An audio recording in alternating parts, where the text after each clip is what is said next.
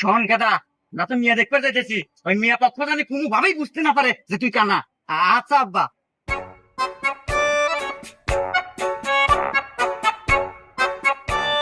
তো বাবাজি আসতে কোনো সমস্যা নাই তো?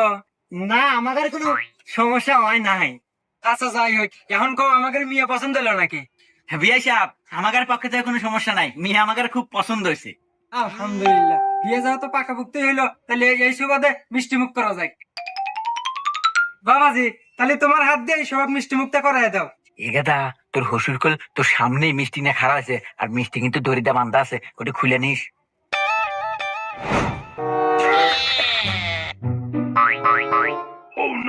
শ্বশুর আব্বা, মিষ্টি তো হুক নক না কে, মনে হয় মিষ্টি ছুরা কম দিছে।